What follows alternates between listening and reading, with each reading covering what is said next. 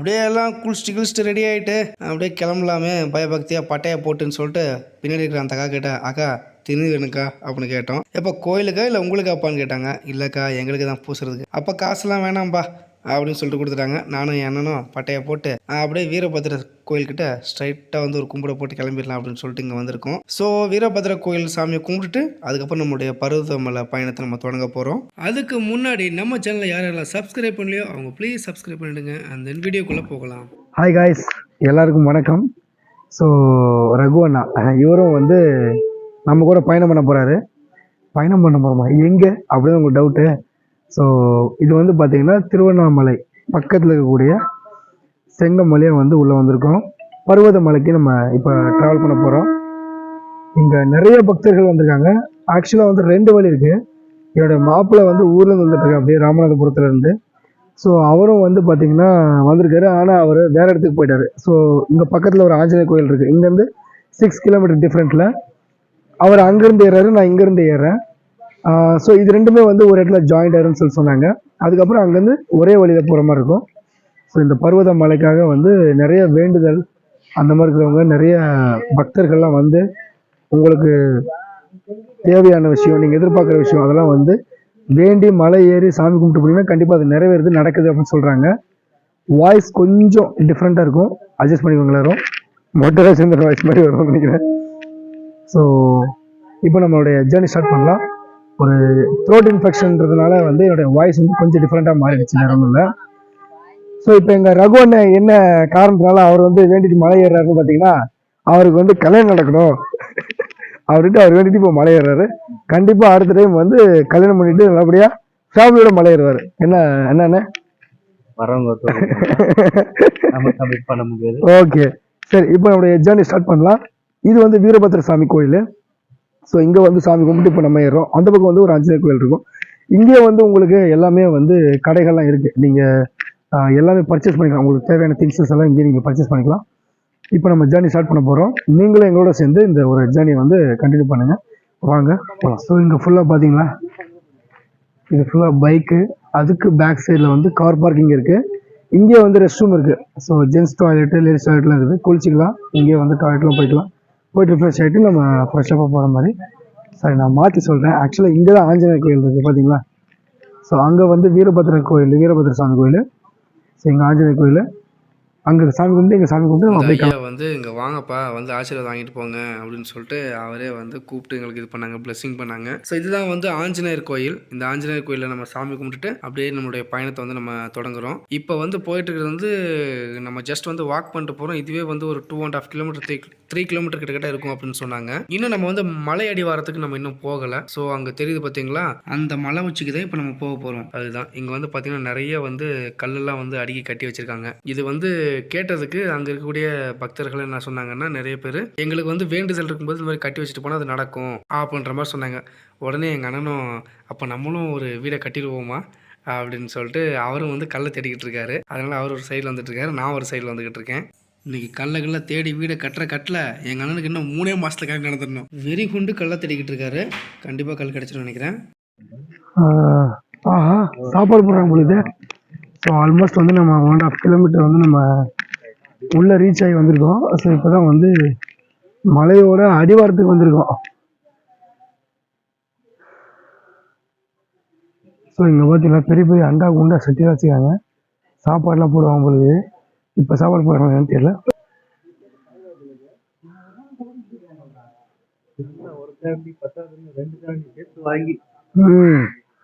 இல்லை அதில் அவங்களே வந்து சொல்கிறாங்க, ஒரு கரண்டியில் பத்தாது, இன்னொரு கரண்டி வாங்கிக்காங்க. ஸோ வந்து அன்னதானம் போட்டிருக்காங்க, பொங்கல் வித்து ஊறுகாய்.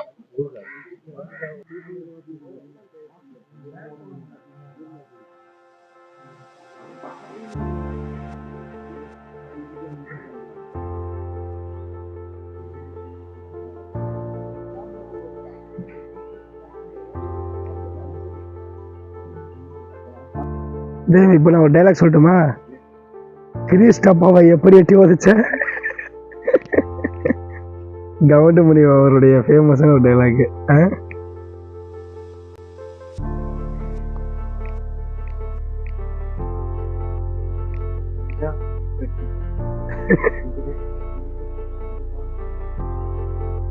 நுழையும் போது ஒரு நோட்டீஸ் போர்டோட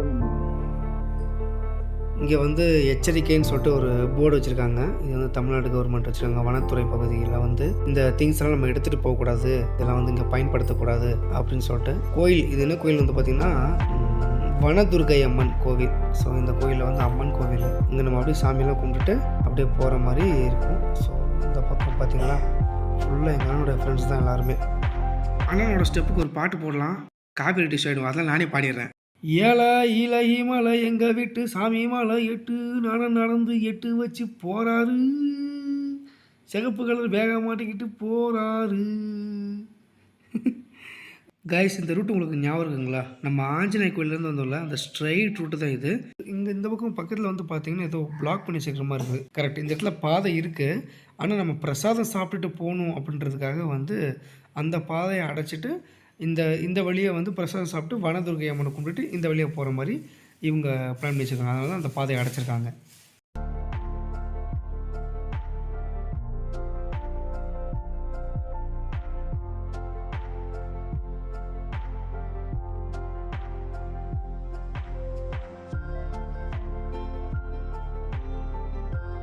தெய்வமே, ஏதோ லைட்டாக மூச்சு வாங்குற மாதிரி இருக்குது தெய்வமே.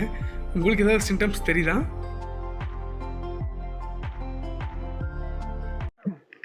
காய்ஸ், இடம் பதில் எப்படி இருக்குங்க? செம்மையாக இருக்கு. ஓகே, பட் பிளேசஸ் ரொம்ப அருமையாக, ரொம்ப பீஸ்ஃபுல்லாக இருக்குது. சம்திங் அந்த மூலிகை வாசனை மாதிரி நல்லா. இடம் பார்த்தீங்களா, செம்மல வேறு லெவலில் இருக்குது. ஆனால் இங்கே வந்து பார்த்தீங்கன்னா வனவிலங்குகளுடைய எந்த ஒரு பிரச்சனையும் வந்து உங்களுக்கு கிடையாதுங்க. நிறைய பேர் அன்டைமெல்லாம் கூட இங்கே மலை ஏறுறாங்க. அதனால் வந்து நீங்கள் பயப்படாமல் வரலாம். சிவன் லிங்கம் அமைந்துள்ள வழிபாட்டு தலம் தாங்க இந்த பர்வதமலை. இந்த பர்வதமலையை நல்லா உற்று நோக்கி நம்ம பார்த்தோம்னா அப்படியே அக்யூரேட்டாக வந்து ஒரு நந்தி பகவானுடைய சிலை வடிவில் வந்து இந்த மலை இருக்கும். பர்வதம் அப்படின்னா மலை. ஸோ ஒரு மலைக்கு மேலே இன்னொரு மலை இருக்கிறதுனால பர்வத மலை அப்படின்னு இந்த கோயிலுக்கு வந்து பேர் புகட்டப்பட்டிருக்கிறதா வந்து சொல்கிறாங்க. இங்கே ஒரு குட்டி பிள்ளையார் இருக்கார். ஸோ பிள்ளையாருக்கு ஒரு சலாம் போட்டு அடுத்த நம்மளுடைய பயணத்தை அப்படியே தொடங்குவோம். பார்த்தீங்களா, வேர்வை ஊற்றுது. எங்கள் அண்ணனோட இன்னொரு முகத்தை நீங்கள் பார்க்கலல்ல, இப்போ பாருங்கள். இந்த படிக்கு பக்கத்தில் 1050 படின்னு போட்டிருந்தாங்க, கவனிச்சிங்களா? ஸோ நம்ம வந்து இனிஷியலாக ஸ்டார்டிங்கில் ஏறும்பொழுது 1200ன்னு போட்டிருந்தாங்க. இப்போதைக்கு வந்து 50 படியை கடந்திருக்கோம். இந்த மாதிரி போகும்போது வழியில் அங்கங்கே வந்து எழுதி வச்சுருக்காங்க.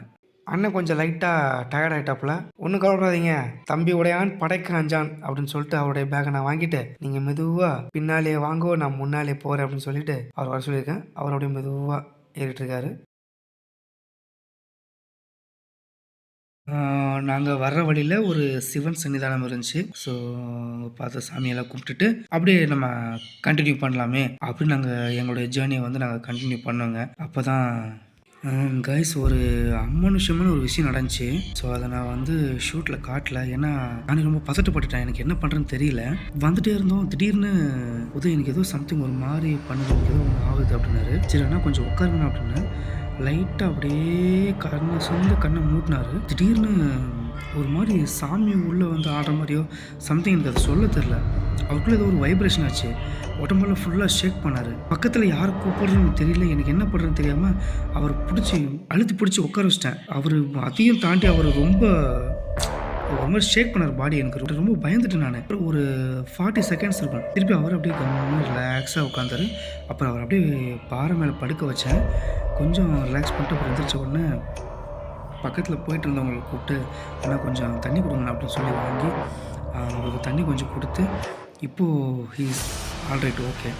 பட் அவர்கிட்ட நான் கேட்டேன், எனக்கு என்ன ஆச்சுன்னு தெரியல உதய், சம்திங் ஏதோ எனக்குள்ளே இருந்து ஏதோ வெளியில் போன மாதிரி எனக்கு ஒரு ஃபீல் இருந்துச்சு. ஏதோ சம்திங் ஒரு அமானுஷமான ஒரு விஷயம் நடந்த மாதிரி இருந்துச்சு எனக்கு. ஆனால் எனக்கு என்ன நடந்துச்சுன்னு எனக்கு தெரியல. அன்கான்ஷியஸில் தான் இருந்தேன். பட் இப்போ எனக்கு இன்னும் ரொம்ப ஃப்ரீயாக இருக்கேன். ஐ ஃபீல் ஃப்ரீ, கொஞ்சம் ஸ்ட்ரெஸ்லாம் ரிலீஃப் பண்ண மாதிரி ரொம்ப ரிலாக்ஸாக இருக்கேன் அப்படின்னாரு. ஸோ இது ஒரு பயங்கரமான ஒரு அமானுஷமான ஒரு விஷயம் வந்து நடந்துச்சு. அதை வந்து இந்த பதிவில் நான் உங்களுக்கு ஷேர் பண்ண ஆசைப்பட்றேன். அதனால தான் நான் ஷேர் பண்ணுறேன். தென் அவருடைய பேக்கை நானும் தூக்கிட்டு நீங்கள் கொஞ்சம் கீழெல்லாம் பார்த்து மெதுவாக வாங்க அப்படின்னு சொல்லிட்டு கொஞ்சம் ஸ்லோவாகவே போகலாம் அப்படின்னு சொல்லிட்டு நான் அவரை பார்த்துட்டு கண்காணிச்சிக்கிட்டே வரேன். ஏன்னா என்னால் அவர் தடியை விட எனக்கு விருப்பம் இல்லை. முன்ன நம்ம வந்து படியேறி வந்தோம். அதுக்கப்புறம் வந்து கம்பி பாதை, அப்புறம் சரங்குத்தி பாதைன்னு சொல்லுவாங்க. அப்படியே ரொம்ப குத்துவாக இருக்கிற மாதிரி இருக்கும். அதுக்கு அடுத்தது வந்து கடப்பாறை பாதைன்னு சொல்லுவாங்க. ஸோ இப்படி ஒவ்வொன்றா வந்து கடந்து தான் நம்ம போய்கிட்டு இருக்கோம். ஆல்மோஸ்ட் வந்து நம்ம ஒரு 75% மேலே வந்துட்டோம். இன்னும் ஒரு 25% தான். இப்போவே வந்து மலை உச்சியில் தான் இருக்கும். செம்மையாக இருக்குது பாருங்களேன். ஸோ இந்த இடம்லாம் பார்க்குறதுக்கு ரொம்ப அருமையாக இருக்குது பாருங்கள். எவ்வளோ அழகாக சூப்பராக இருக்குது. இந்த ட்ராவலிங்கில் வந்து நான் ஒரு வியந்து போன விஷயங்க இது. என்னென்னு வந்து பார்த்தீங்கன்னா, இப்போ நம்ம தனியாக வந்து கைவீசி ஏறுறது ஓரளவுக்கு பரவாயில்ல. ஆனால் இவங்கள பார்த்தீங்களா, ஏங்க வேறு லெவலுங்க. இவங்க வந்து ஏதோ கேஷுவலாக போகிற மாதிரி போகிறாங்க. ஆனால் அந்த பையில் வந்து பார்த்தீங்கன்னா ஃபுல்லாக வந்து தண்ணி, மோர் அந்த மாதிரி எல்லாமே வந்து ரொம்ப வெயிட்டான பொருள். ஆனால் அதை அவங்க தூக்கி நடந்து நடந்து அவங்களுக்கு ப்ராக்டிஸ் ஆகிருக்கும் போல் ரொம்ப கேஷுவலாக எடுத்துகிட்டு போயிருக்காங்க. ஸோ மேலே கொண்டு போய் அவங்க சேல் பண்ணுறாங்க. இருந்தாலும் வந்து அவங்களுக்கெல்லாம் வந்து கோடி நன்றிகள்.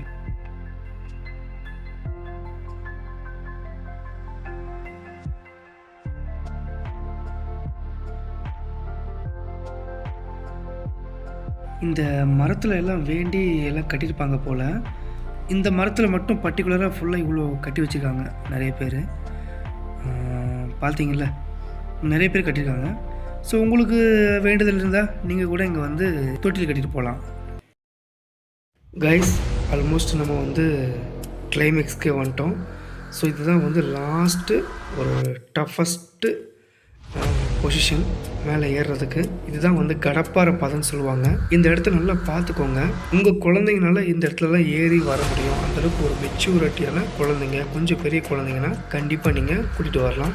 முடியாததுலாம் எதுவுமே இல்லை. பட் கொஞ்சம் பாதுகாப்பாக பத்திரமா ஏறணும் இந்த இடத்துல. ஏன்னா இப்போது எனக்கே வந்து நான் என்ன பண்ணுறேன்னா, பேக்கை மாட்டிட்டு இந்த இடத்த உங்களுக்கு காட்டணுமே அப்படின்றதுக்காக ஒரு கையில் மொபைல் ஃபோன் பிடிச்சிட்டு இன்னொரு கையில் கடப்பாறையை பிடிச்சி நான் ஏறிட்டு இருக்கேன். ஸோ கடப்பாறை, செயின் இதை மட்டும் தான் பிடிச்சி ஏற முடியும். ஒரு சில இடங்களில் வந்து பாறைகளில் வந்து அந்த வடிவம் இல்லாததுனால நம்ம படிக்கட்டில் காலை வச்சு ஏற மாதிரி கொடுத்துருக்காங்க.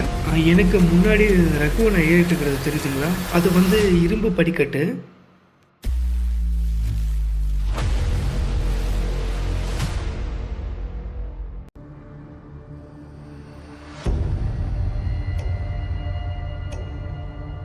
ஸோ இந்த இடத்துல வந்து குழந்தைங்க, இல்லை வந்து ரொம்ப வயசானவங்க, அதுக்கப்புறம் வந்து அந்த இதயம் வந்து பலவீனமாக இருக்கிறவங்க, ப்ரீத்திங் இஷ்யூஸ் இருக்கிறவங்க, இவங்கெல்லாம் வந்து கொஞ்சம் இந்த இடத்த பார்த்துட்டு நம்மளால் முடியும், நம்மளுக்கு அந்த ஒரு கான்ஃபிடென்ட் இருக்குது, ஹெல்த் கெப்பாசிட்டி இருக்குது அப்படின்னா நீங்கள் கண்டிப்பாக ட்ரை பண்ணி இங்கே வாங்க. பார்த்தீங்கன்னா இப்போ லேடிஸு, சின்ன சின்ன குழந்தைங்க இவங்கெல்லாம் வராங்க. ஏன்னா நம்மளால் முடியும் அப்படின்ற நினச்சிட்டு அவங்க வராங்க. ஸோ அந்த மாதிரி உங்களால் முடியும்னா நீங்கள் ஷுவராக கண்டிப்பாக நீங்கள் வரலாம்.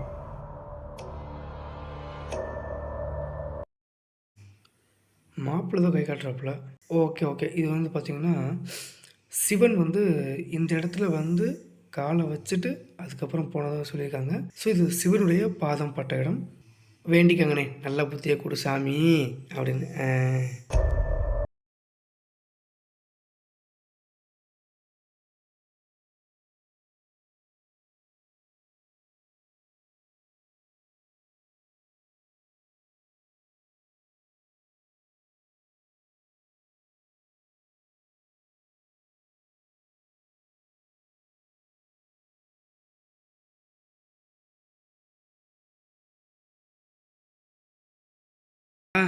நம்ம ஜெயிச்சிட்டோம் மாரா, நம்ம ஜெயிச்சிட்டோம். ஓகே காய்ஸ், ஆல்மோஸ்ட் நம்ம பருவமலைக்கு வந்துட்டோம். ஓரளவுக்கு வந்தாச்சு. ஒரு குட்டி கடவுள் இருக்கார். ஸோ அந்த கடவுளை கும்பிட்டுட்டு நம்ம அப்படியே நம்ம சிவனை நோக்கி நம்ம பயணம் பண்ணலாம்.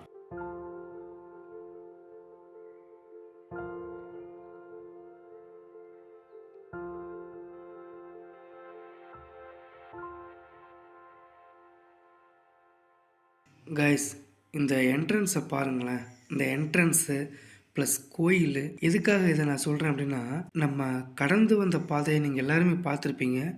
சாதாரண விஷயம் கிடையாது. ஆனால் அந்த பாதைகளெல்லாம் கடந்து வந்து இவ்வளோ பெரிய ஆர்ச்சு அழகாக கோயிலெலாம் கட்டி எவ்வளோ சிறப்பான கலைஞர்கள் பாருங்களேன். ஸோ இங்கே வந்து சிற்பியிலேருந்து, கட்டட வேலை செய்கிறவங்களேருந்து, பெயிண்டிங் ஒர்க் செய்கிறவங்களேருந்து எல்லாருமே வந்து எவ்வளோ அற்புதமாக இந்த இடத்துல மேலே வந்து ஒரு கோயில் கட்டியிருக்காங்கன்றது வந்து ஒரு சாதாரண விஷயம் கிடையாது. இங்கே கோயிலில் மேலே பக்தர் எல்லாருக்கும் ஒரு ப்ளஸ் பாயிண்ட் என்னென்னா, இந்த கோயிலை தரிசனம் பண்ண முடியாத பக்தர்கள் நிறைய பேர் இருப்பாங்க. ஃப்ரெண்ட்ஸோ இல்லை நம்ம ரிலேஷனோ இங்கேருந்து அழகாக வீடியோ கால் பண்ணி இந்த கோயில் கர்ப்ப கிரகத்தை எல்லாத்தையும் காட்டுறாங்க. ஏன்னா கோயில் கோபுரத்துக்கு பக்கத்துலேயே டவர் வச்சதுனால ஃபுல் டவர் கிடைக்குதுங்க. இப்போ நம்ம எக்ஸாக்டாக கோயிலுக்குள்ளே இருக்கோங்க. இப்போது இங்கே இருக்கிறது வந்து பார்த்திங்கன்னா முழு முதற் கடவுள் பிள்ளையார். ஸோ விளக்கில் வந்து ஆராதனை பண்ணிட்டு நம்ம அப்படியே உள்ளே கிளம்பலாம்.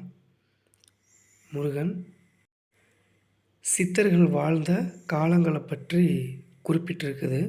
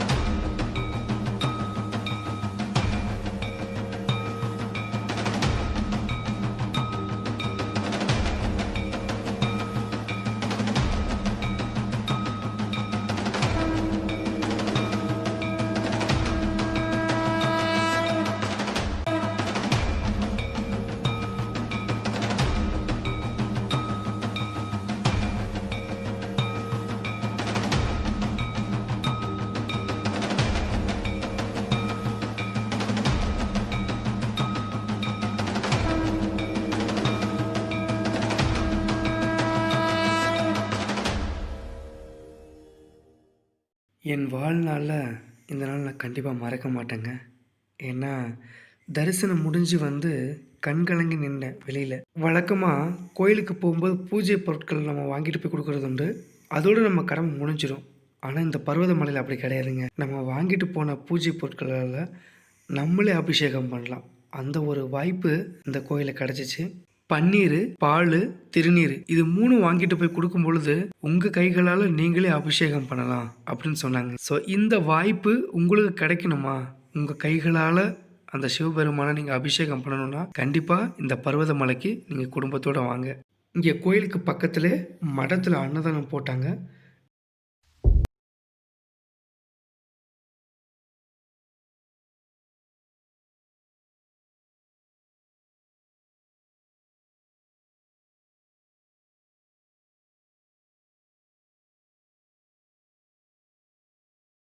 முடிச்சதுக்கப்புறம் இங்கே ஒரு சித்தர் வந்து மௌன விரதமாக இருந்து வாழ்ந்து வந்தார். அவர் வந்து கீழே ஜீவ சமாதி பண்ணியிருக்கிறத சொன்னாங்க. ஸோ இப்போ அந்த இடத்துக்கு நாங்கள் போய்கிட்டு இருக்கோம். அது வந்து பார்த்திங்கன்னா காட்டு வழி பகுதி. இப்போ நம்ம வந்த வழி கிடையாது.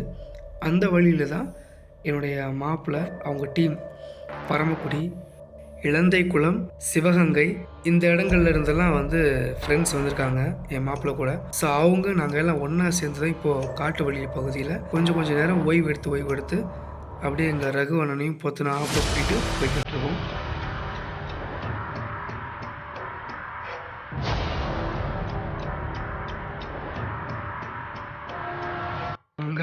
ஸோ ஆல்மோஸ்ட் வந்து நம்ம மலையிலேருந்து இறங்கி வந்தாச்சு. பர்வத மலையிலேருந்து ஒரு வண்டர்ஃபுல்லான ஒரு சூப்பரான ஒரு ஜேர்னி. லைஃப்பில் மறக்க மாட்டேன் இது.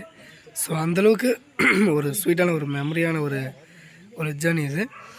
இப்போ நம்ம இருக்கிற இடம் வந்து பார்த்திங்கன்னா, நான் பர்வதமலையிலேருந்து நம்ம ஸ்டெப்ஸ் வழி ஏறணும் இல்லைங்களா, அந்த வழி இல்லாமல் இது ஒரு காட்டு பகுதியில் வந்து அந்த பக்கமாக வந்தோம் நம்ம. ஸோ அந்த வழியில் வந்து பார்த்திங்கன்னா இப்போ கீழே வந்து விடோபானந்த சுவாமி அப்படின்னு சொல்லிட்டு இங்கே பாருங்களேன், தெரியுதுங்களா?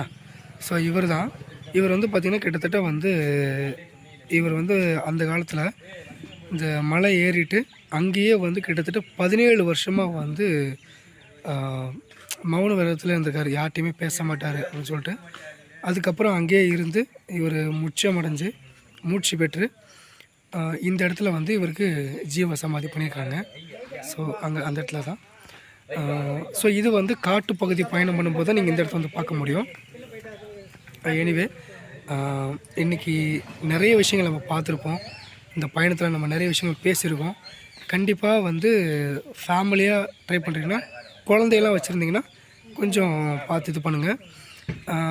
யங்ஸ்டர்ஸ் மோஸ்ட்லி நிறைய பேர் எல்லாம் வந்தாங்க.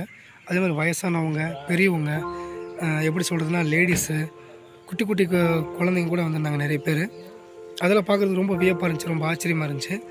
ஸோ கண்டிப்பாக நீங்களும் வாங்க, வந்து கண்டிப்பாக இந்த ஜேர்னி நீங்களும் என்ஜாய் பண்ணணும், பார்க்கணும். தென் வந்து என்னென்னா, இந்த நிகழ்ச்சியில் ஒரு எண்ட் ஆஃப் மூமெண்ட்டுக்கு நம்ம வந்துட்டோம். ஸோ அடுத்த ஒரு நிகழ்ச்சியில் கண்டிப்பாக நான் உங்களை அனைவரும் சந்திக்கிறேன். அதுவரை உங்களிடம் இருந்து விடைபெறுவது உங்களில் ஒருவன் உதயா. தேங்க்யூ, பாய்.